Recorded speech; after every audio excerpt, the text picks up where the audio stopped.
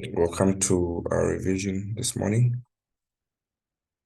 We're going to look at section A of this Miracle Kit, the pamphlet, to discuss a few questions that are theoretical. So we're going to look at various questions that you have obviously encountered in different question papers. For instance, define Chebyshev's theorem. So Chebyshev's theorem is defined as a statistical rule that applies to all data distributions, not just normal distributions. It states that 1 minus 1 over k squared of the data will fall within k standard deviations from the mean, where k is any positive number greater than 1. For instance, if we substitute 2 in the formula, we'll get 3/4 or 75% will lie within 2 standard deviations. Define the empirical rule. Empirical rule is also known as the 68, 95 to 99.7 rule, which is a guideline for the data that follows a normal distribution. It states that 68% of the data will lie within 1 standard deviation from the mean. 95% of the data will fall within 2 standard deviations of the mean. And 99.7% of the data will fall within 3 standard deviations of the mean. That is how you define the empirical rule. Identify or define the characteristics of normal distribution. Number 1, normal distribution, which is also known as a Gaussian distribution, is characterized by 3 key features. Number 1 is asymmetrical. This means that both sides are identical. The left side mirrors the right side. Secondly, you must understand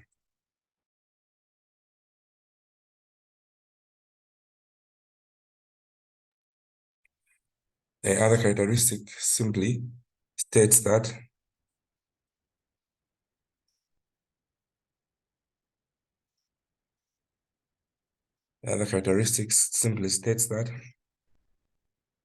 it is bell-shaped. This means the observations that are closer to the mean are more steeper. So it looks like this. Bell-shaped simply looks like this.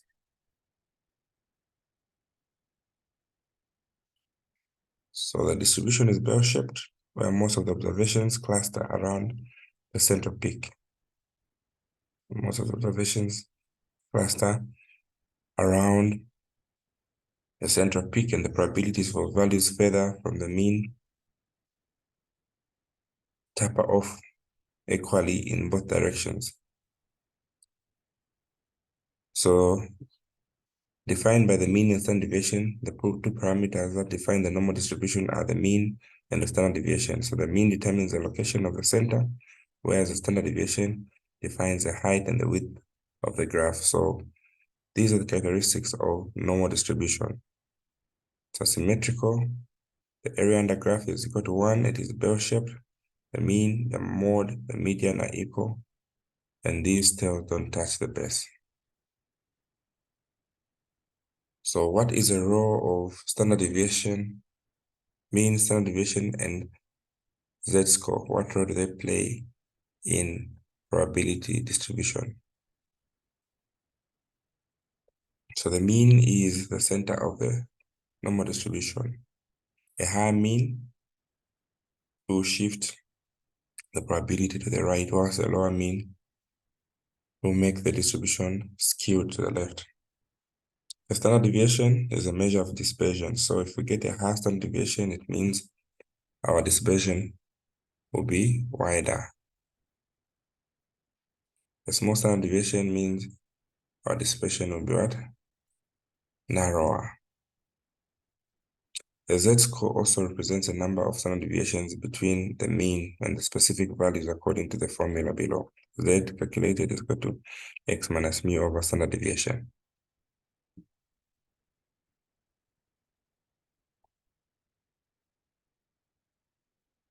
Describe the conditions under which normal distribution can be used to approximate the binomial distribution. Number 1, Normal distribution can be used to approximate the binomial distribution under conditions referred to the rule of thumb when the number of trials n are large. So like we did yesterday, for a normal distribution, usually at least 20 or below. If it's above 20 or 30, then we go to what we call a normal binomial distribution. So in that case, when the samples are larger, our mean is given by NP, our variance is given by NPQ. So mu is equal to NP, and variance is equal to NPQ. Standard deviation is equal to square root of what? NPQ. So these are the conditions under which we use the normal to binomial normal. So here the probability P of the success of a single trial, it should not be too close to 0 or 1. That is another characteristic. In other words, the experiment should not be heavily skewed towards success or failure. It should be in between. So these conditions, if they are met, binomial distribution can be approximated to the normal, where the mean is equal to NP, the variance is NPQ. This is known as the normal distribution to the binomial. Define the term random variable and discuss the types of random variables used in statistics. So a random variable is simply an outcome that takes a numerical value as a result of an experiment. So this value is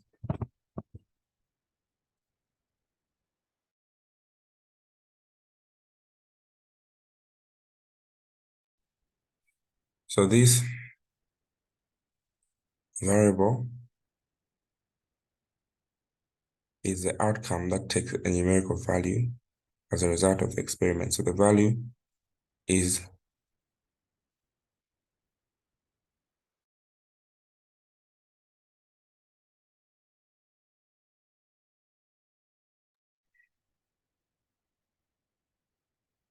so when we're talking about random variable, they are classified into two categories.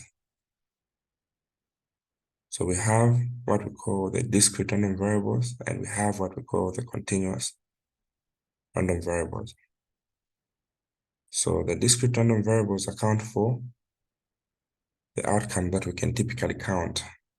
They're not integer values. The numbers like 1, 2, 3, 4. These ones are called discrete random variables.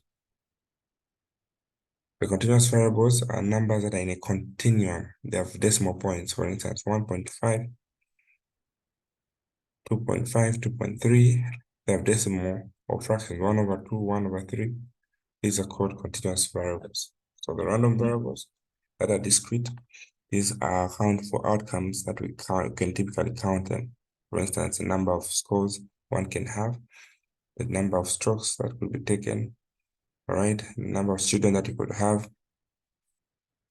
These are called discrete random variables. So a random variable is simply an outcome that takes a numerical value as a result of an experiment. What is the difference between a point estimate and a confidence interval? A point estimate for a mean sample is used to estimate the population mean, whereas confidence interval represents a range of values around the point estimate within which the true population must lie. So in short, a point estimate is simply a single value. The confidence interval is a range of values. Describe the role that confidence levels play in confidence interval. So confidence intervals are stated terms of the confidence levels. So typical confidence levels that we have are 99, 98, 95, and 90. So, for example, the 95% confidence interval represents a range of values around a sample will contain precision of a population mean. 95% we know our Z is 1.96. So we could have different sizes depending on what mean you have. Define sampling error. Sampling error arises from the sampling procedures. We know that the population is often too large. And in most cases, it is inaccessible for every element to be measured. For instance, to know exactly how many babies are born. In statistics, there are situations that we experience, such as non-sampling error. So in these situations, the sample from the population is randomly selected, and the mean is used to estimate the entire population. So sampling error simply accounts for the difference between the sample mean itself and the population mean, the actual and the estimate. So whenever populations are sampled to estimate the population, the sampling error will most likely be present. No wonder whenever we are writing the formula for population variance, there's a sampling error that we consider. So here we have formula which is given by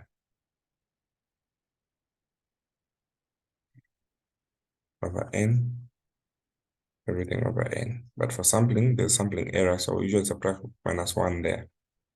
So we're going to have summation of x plus summation of x to the power 2 over n, everything over n minus 1. So sampling has an error, so this is the error term, we subtract 1 there. All right. So define sampling and sampling error. So sampling refers to selection of a subset of individuals from a statistical population to estimate the characteristics of the whole population. So a sample is a subset of the whole population. So a subset is called a sample. The whole population is called a census. So sampling is an essential tool in statistics and allows for inferences to be made about the larger population based on sample characteristics. So we have different types of sampling methods.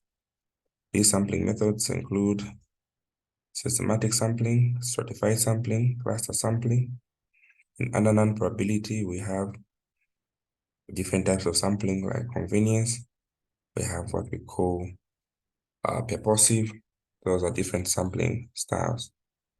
So sampling error, as I explained, is simply the deviation of the sample statistics from a population parameter. In other words, it's the difference between the estimate derived from the sample and the true value that would have been derived from the entire population when surveyed. So sampling error occurs because characteristics of the sample may not perfectly reflect those in the entire population. So when, in most cases, we just use a sample estimate. So there are different types of sampling. We have what we call probability and non-probability sampling. So from each of these ones, we can subcategorize them. So we have random sampling or simple random sampling, where each member has an equal chance of being selected. So this includes having a complete list of the population, then you're just going to select samples randomly. This helps to minimize biasness and maximize generalization of the result. In systematic sampling, sampling procedure, where you randomly select the nth member of the population. For instance, you want to systematically sample 100 people from 1,000. You're selecting every 10th person. Stratified sampling is a method where you divide the sample population into subgroups, which we call strata. They are based on certain characteristics like age, gender, socioeconomic status, etc., etc. So then samples are selected from each stratum, and this ensures that all groups are adequately represented. So if you're going to UNILAS, you want to get, so we're going to use stratified, we're going to subdivide them into levels. So level 1, we have somebody represent them. Level 2, somebody. Level 3, so that you have a purely representative sample. Cluster sampling is a method that is used when the population is spread over a large geographic area. In this method, the population is divided into clusters, which are often geographic. So a random sample is selected from these clusters. Then all the members are selected from the clusters that are included in the sample. So you pick provinces, for instance, 3 from Northern Province, 3 from Southern, 3 from Eastern, and you put them in a pool. After putting them in a pool, then you now randomly select them from there. That is cluster sampling. The non-probability sampling methods include methods that do not deal with numbers. There's nothing like equal chance there. So examples of non-probability sampling is convenience sampling, where you select individuals who are mostly available. Quota sampling, where you select individuals who possess certain characteristics represented in the sample. For instance, the age, you're picking those between 8 to 10. So that is the type of sampling method we are looking at. Are there any questions so far?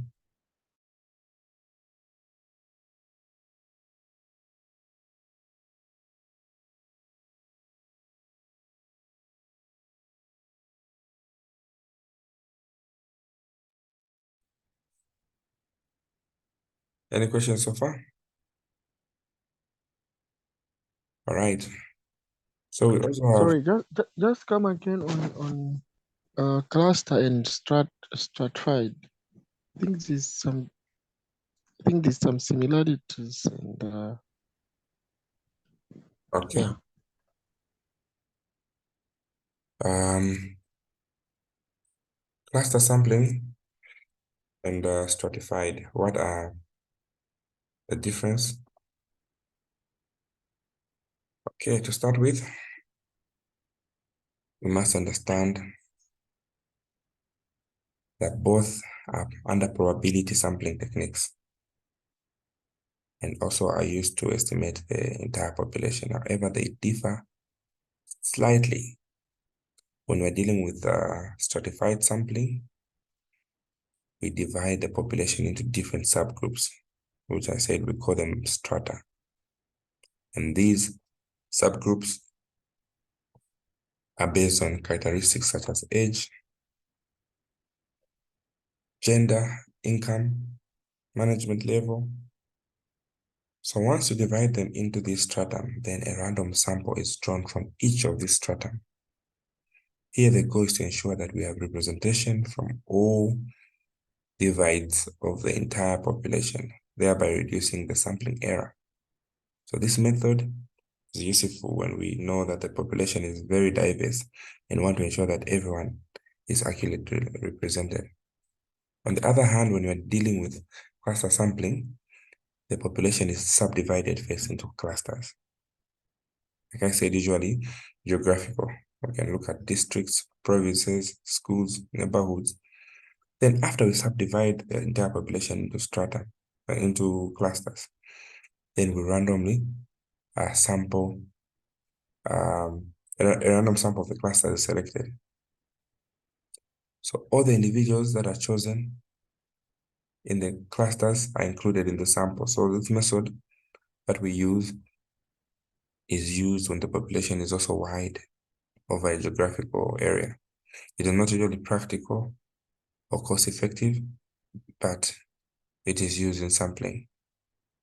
So the key difference here is that when you're dealing with stratified sampling, we aim to ensure that the entire population, which are called stratum, are put well. When you're dealing with cluster sampling, it involves selecting these groups, which are called stratum. So in short, we can bring in Northern Province, Southern Province, Eastern Province as clusters, and we choose randomly which groups we're going to pick from the provinces. Then from there, we randomly select. But for stratified, we make sure that we pick people from 20% people from Eastern Province, they're already qualified. 50% people from 20% from Southern, 20% from Eastern, all of them are in this final pool of respondents. But for cluster, you can put all the provinces in a lotto and pick maybe 5 provinces to represent the country. So that one may not really represent all of them, but you give each province a chance to be represented. You get the difference, isn't it? I get the difference. Thank you. All right. So we can proceed.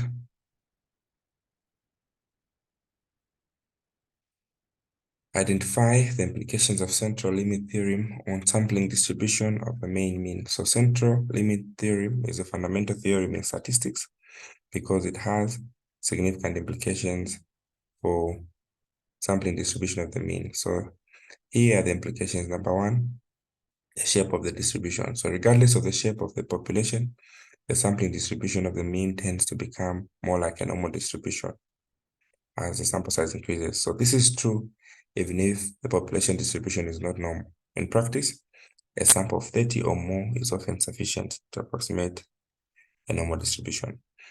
The other implication that it has on sampling distribution is that the mean of the distribution or sampling distribution, which is also known as the expected value of the sample mean, will always be equal to the sample population. So this means that on average, the sample mean is an unbiased estimate of the population. Then the standard deviation of the distribution. So SD of the sampling distribution is also known as sampling error. It decreases as the sample size increases. So this sampling error is given by some standard deviation of a square root of what? N. So it is equal to the population standard deviation divided by the square root of N. So it implies that increasing the sample size will decrease the variability of the mean. So this provides a more precise estimate of the population. So central limit theorem is a foundation for many statistical methods, including hypothesis testing, confidence interval. This is always there. It also allows us to make inferences of the population based on the characteristics of the sample. So I'm sure you come through all these questions. I think I've summarized all the theoretical questions in all the papers as section A. So those of you who got this pamphlet, please go through them at your own time. I just wanted to take advantage of the theoretical part because it's important part of the recording. So what is the role of confidence interval in confidence, the role of confidence level and confidence interval? So confidence level plays a critical role in determining the confidence interval. So it represents a degree of certainty, degree of certainty that the confidence interval will contain the true population parameter. So in simpler terms, if we draw many samples and compute the confidence interval from each sample, the confidence level is a percentage of the intervals that would obtain a true population parameter. For instance, at 95%, where Z is 1.96, we would expect a sample to fall within a certain confidence level. So we, at this point, should know our confidence level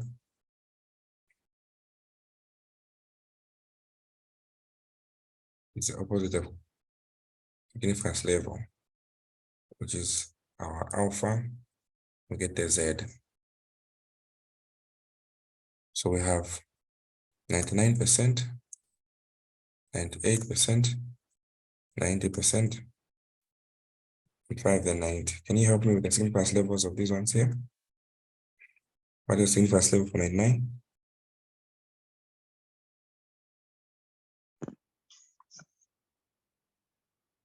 For 98, what's the significance level? Is it the difference from 100? 2%. The 95?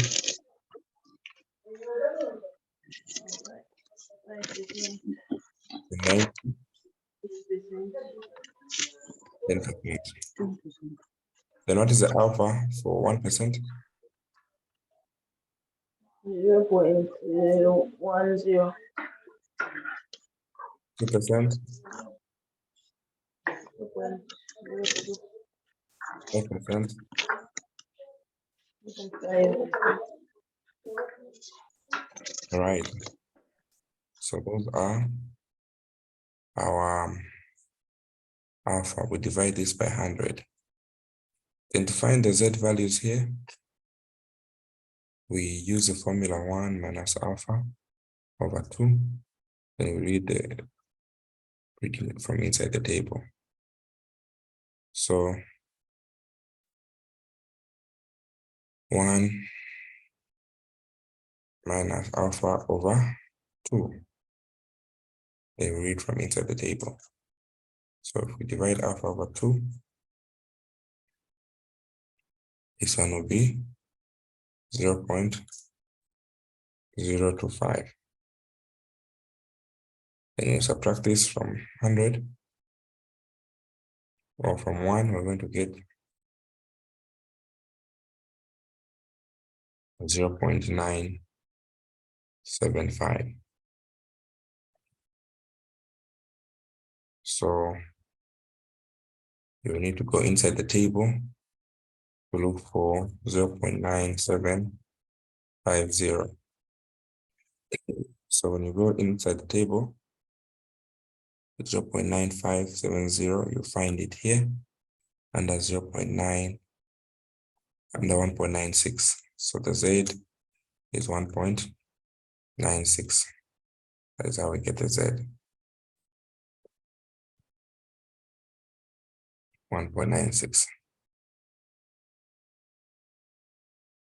2% alpha is that when you divide alpha over 2, we're going to get 0.01. So when you subtract 1 minus 0.01, we get 0.9900. So you look for this one inside the table, 0.9900. So we're going to find it somewhere here. The closest is 9901. This is 9989. This one is by 2, this one. So the closest is this one. So you just add 2.3 and 0.03. Our Z now becomes 2.33. This is where our 2.33 is coming from. When you divide this one by 2, we get 0.005. Then subtract it from 1. 1 minus 0.005. 1 minus 0.005. What do you get?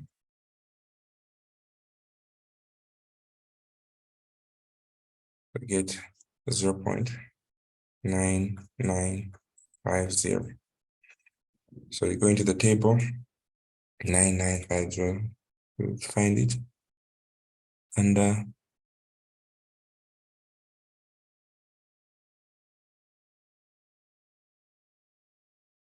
this one.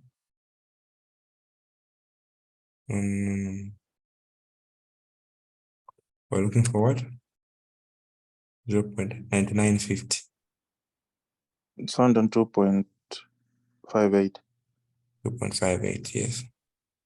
2.58. In fact, it's closer to between these two. 2.57 and 2.58 because 50 is in between. This is 49 and this is 51. So it is here. Okay, so 2.57 or 58 or 575. Then here alpha over 2. So when you divide this one by 2 to 0.05 and subtract from 1, 0.05. We're going to get 1 minus 0.05, 0.9500. When you go inside there, 9500, this 2, the equidistance is 1.645. So we pick the lower one, 1.64.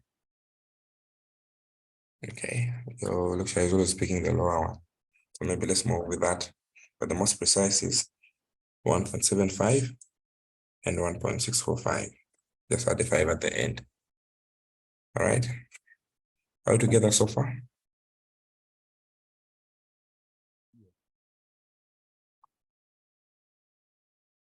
So this takes us to the formulas that we have in sampling. Sampling Whenever we're asked to find the sample size, it's simply given by z squared, s squared over e squared. N is also given by z squared, pq over e squared, where z is coming from the figures that we're looking at. 1%, 2%, Sorry, just 5%. click a bit back. I missed the last. So what is the z for 1%?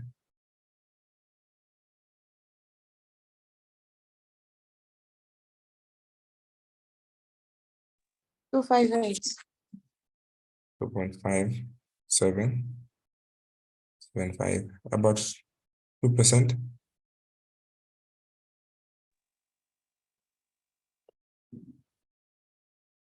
2.33. About 5%. Mr. Collins, it should be 2.58 on top. Okay, I just mentioned to say, when we read this one here, 0.05, we found it where the most precise is what? 2.5. The figure we're looking for is what? 0.950. It's in between 2.557 and 2.58 here. So the most precise figure is 2.575. Similarly, if we're dealing with the 95%, 90%, we're going to get in between here. The precise answer here is between here. So the actual answer is 1.645. So from the calculations I've observed, of course, you'll be given this, your lecturer is usually getting the smaller value, 1.64, 1.67. So I've just said, let's maintain, for exam purposes, what is usually giving you. This is 2.57, is 1.64. Can we move with that for now? Yes. All right. So 2.57, 2.33, 1.96, and 1.64. All right. So this is 99, 98, 95, and 90.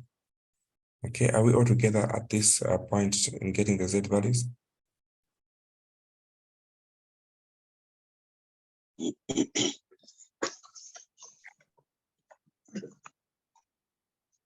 Pamela, are we together? Yes, Collins. All right. Then when we go to the formulas, the 10% is 1.64. So under sampling, you need to also understand that the range, when you divide it by 6, we get what we call the standard deviation. Mr. Collins, sorry to interrupt. On the second formula, why is the PQ not squared? Sorry, it is, that's a formula. PQ is almost equivalent to the variance, but it's a formula in short. These ones, you don't square them. Okay, noted. So range divided by 2 can be also the formula for the error.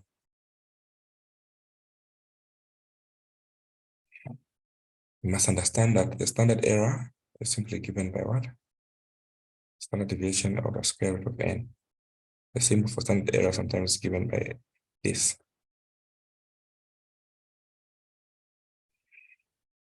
The margin of error is simply given by what? Z times the standard error. Or Z times standard deviation square root of n. This is called the margin of error.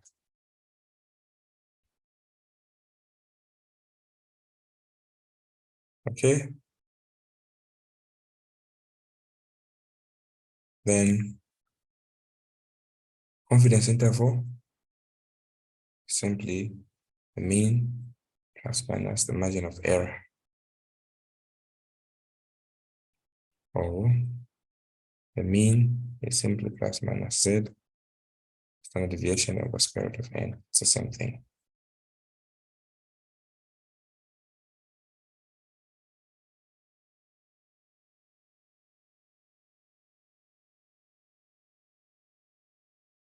All right. So confidence interval in terms of proportion can be given by P hat plus minus Z P over N and square root of everything. By the way, whenever the Z is put alpha over 2, just a two-tailed test. It's the same thing that we're using here. Even if I remove it, it's the same Z. I avoid putting it. Sometimes students want to now divide the answer by 2. Don't do that.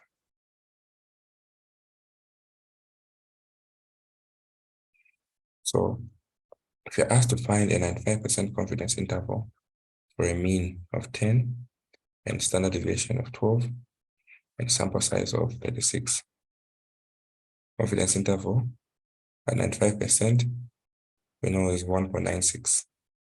So we're going to say 10 plus minus 1.96 over 12 root 36. So the standard error in there is 2, because 36 is 6 square root. So 6 into 12 is 2. So this is our standard error. So I already explained that this stands for the standard error. This stands for the Z. Collectively, this is what we call the margin of error.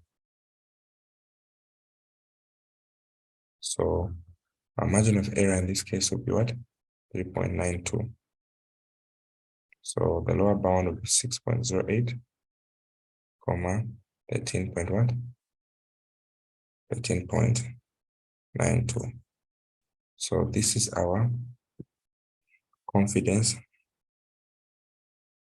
interval, it's a range.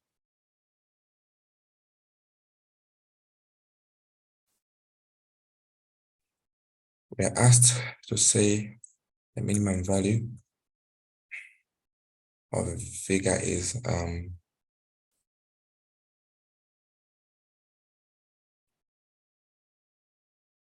minimum value is 6, maximum value is 24.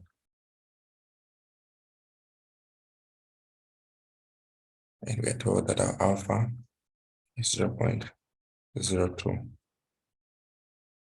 And our error is equal to 4. How do we find the sample size? N is equal to what? Z squared, S squared over A squared. Our Z coming from this, what's our Z? 2.33. Our standard deviation is into the range of what? 6. So 24 minus 6 is what? 18. 18 divided by 6 is 3. So our standard deviation here is going to be 3. And our error has been given as 4. And we get the value here.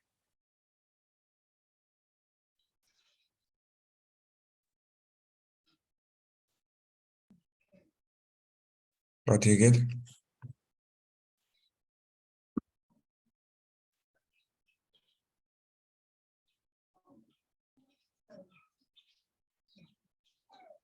Okay. I don't have a calculator here, so if you don't solve, 6.05. look at the concept. We're given the P as 10%, and the confidence level as 99%, and our error is 5%. Calculate the N sample size. So sample size, therefore, is given by P Z squared PQ over error squared. So our Z in this case at 99% is 2.57. 7. Our P is 10%. And our Q is what? 90%. Over the error of 5%, 4.05. What do we get?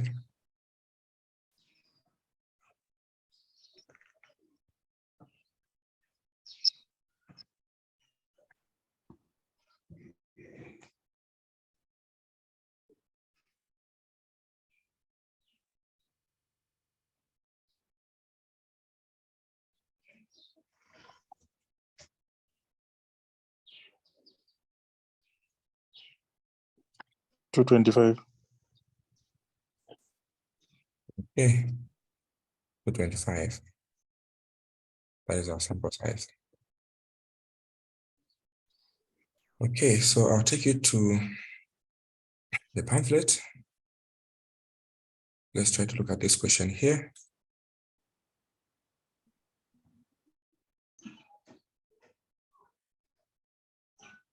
We are told that the chief executive officer of an insurance company wants to undertake a survey of a huge number of insurance policies that the company has underwritten. The company makes a yearly profit with a mean of 800, a standard deviation of 300. It is desired that the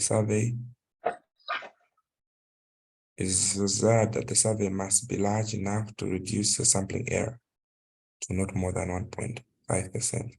How large should the sample size be? So what's the formula for sample size? N is equal to what?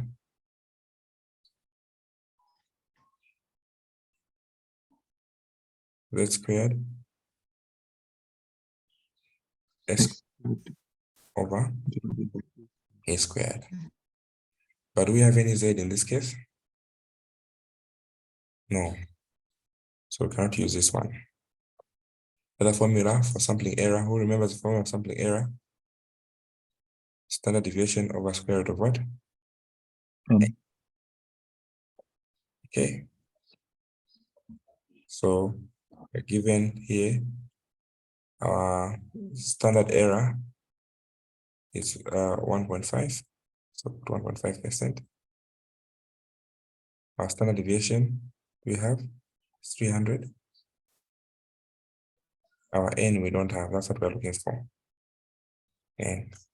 So cross multiply. Are we together?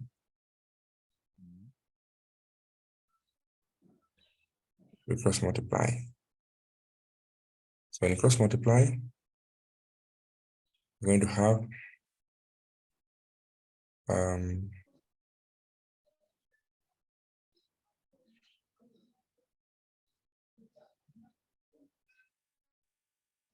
square root of N to 300 over 1.5% of 0.015. What do we get?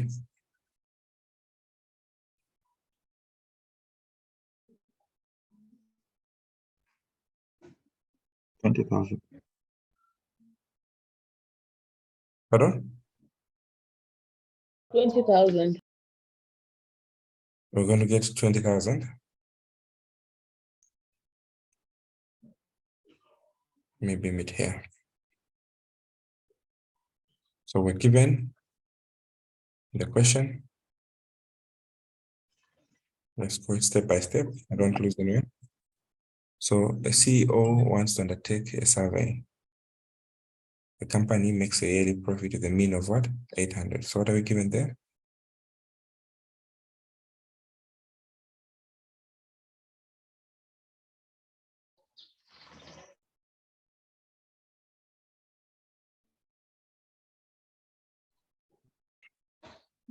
What 800.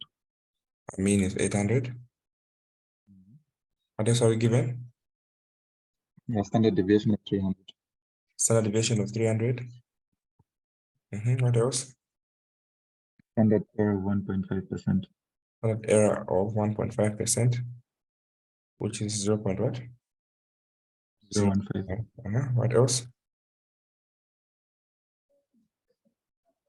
That's all we're given. So what are we being asked for? To find N. All right. So standard error, we're told should be what? Less. The question should want to be less than what? Less than 1.5%. So standard error should be less than 1.5%. Right together? So we know the standard error is given by standard deviation over square root of what? N. It should be less than 1.5%. So far, are we together at this point?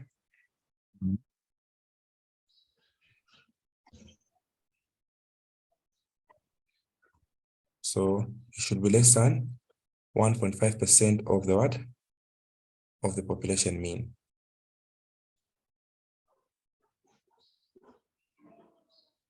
Of mean. Okay.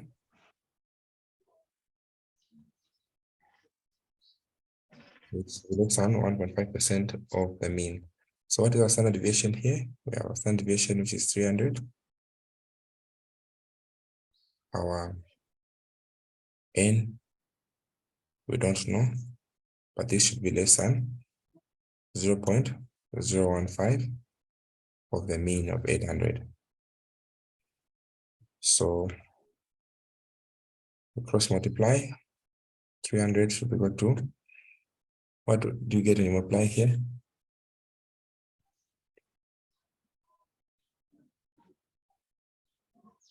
Zero point 0.015 times 800. Oh, Pardon? 12. 12. 12. 12. Then we divide both sides by 12. So 300 over 12 should be equal to square root of n.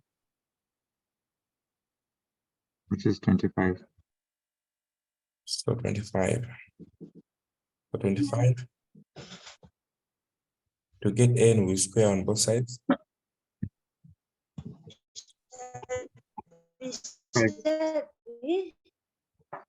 So what do we Answer do? is 5. Not with square root, we square it. The answer is 5. 625. 625, correct. So when you square this side and that side, so 625. The minimum number of policies that we should have is 625. All right.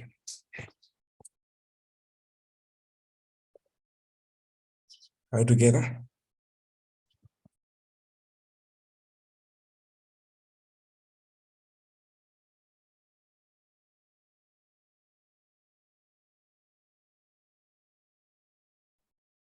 Are we together? Yes, Mr. Collins. Yeah. So the questions, if you've never seen them, it's difficult to really follow them. So that's a step-by-step method. All right, so let's go to another question on sampling.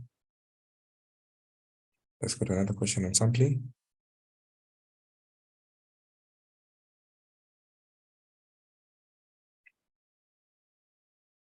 So from the pamphlet,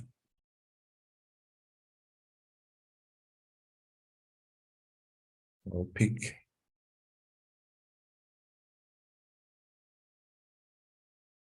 question on sampling.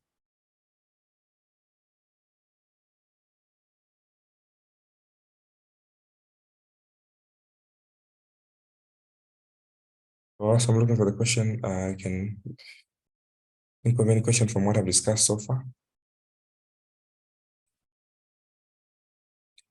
So we're given a question to say a formal where store determines its population has a minimum age of 27 and maximum of what? 62. So really, they want you to find the range, divide by 6 to get the standard deviation. So 62 minus what? 7 over 6. So this is 35 divided by 6. What do we get? Standard deviation, which is what? 5 point.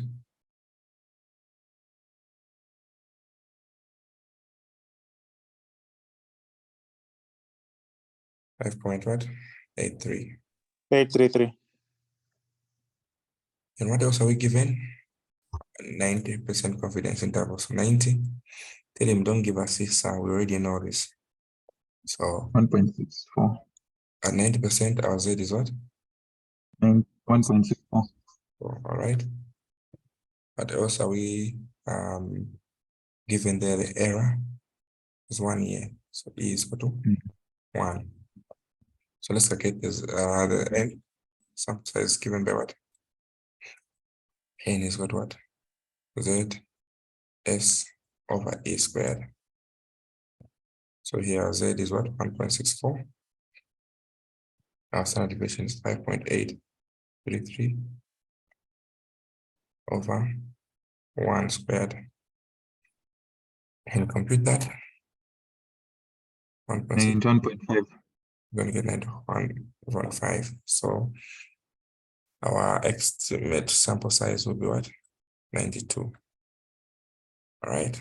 So we don't have a half percent in a sampling, whether we have 91.02. This can be rounded up to 92.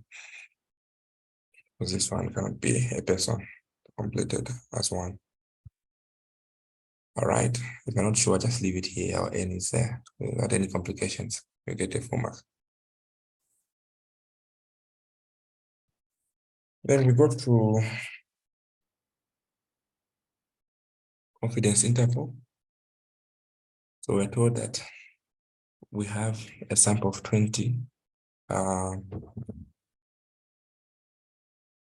paperback novel. The average is 425.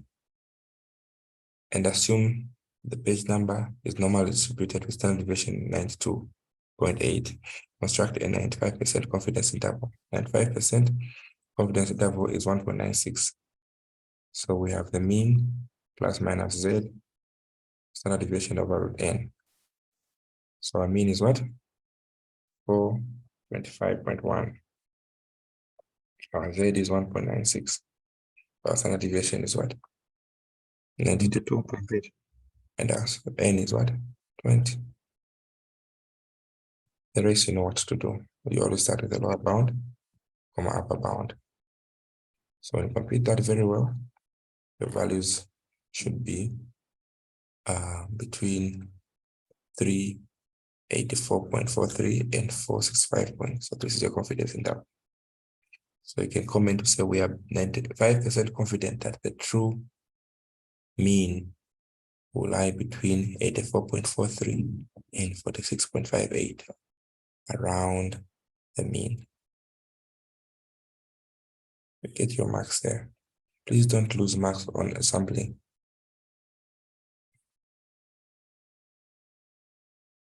I hope all of you will be coming for the dinner party so that we interact more, we cry and laugh together. All right. We've been asked the same question, identify a 99% confidence interval for the same data set. As I was saying, based on what your lecturer is liking, the lower bounds. Of course, I know this is 2.58. If he didn't give you this, that's what you do use, or just a lower bound so that we don't have the difference in the big errors. So what is our 99% confidence interval? It's the same thing, except that here we're just going to change 2.557. Are we following? Yes. All right. Charlotte, are we together? Edna, are we together? Yes. All right. So that is what you do here. Unless any questions?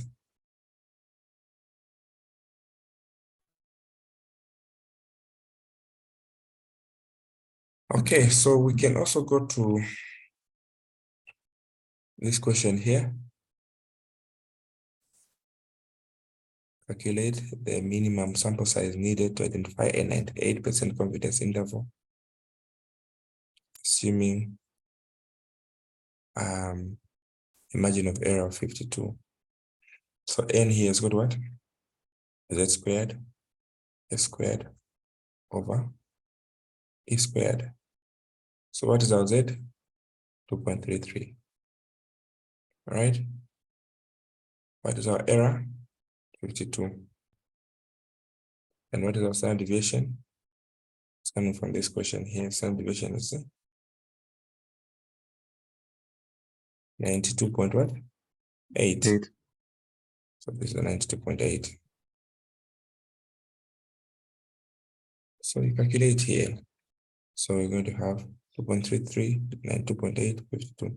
When you put the square outside, it's simply the same as spreading it individually.